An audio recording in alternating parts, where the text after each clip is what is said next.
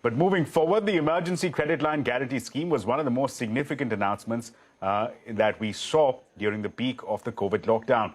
Now, almost 2.5 years since then, and with regular changes in the scheme, Sapna looks at its performance in this report card and tries to figure out if some of the subsets of the scheme have in fact outlived their existence. Sapna, over to you.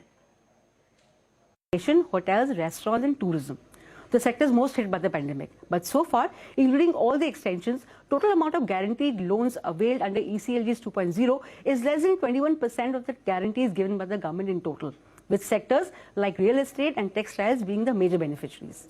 ECLGS 3.0 has even fewer takers, specifically designed for sectors like civil aviation, hospitality, travel and tourism, and sports and leisure. This was first announced in March 2021, almost 1 year after the nationwide lockdown, but before the disastrous Delta wave. However, offtake under ECLGS 3.0 has been almost negligible, at less than 4%. The Finance Minister has increased the allocation for this scheme by around 50,000 crores in the budget. However, total offtake stands at less than 12,000 crores. Why has the offtake been poor under this window? Well, the COVID waves have become less life-threatening, especially with the vaccination drive gaining momentum. So businesses and cash flow for these sectors has been picking up, even if the recovery has been a little sluggish. But restaurants and hotels have asked the government to simplify the application process and tweak the eligibility criteria to make it less restrictive.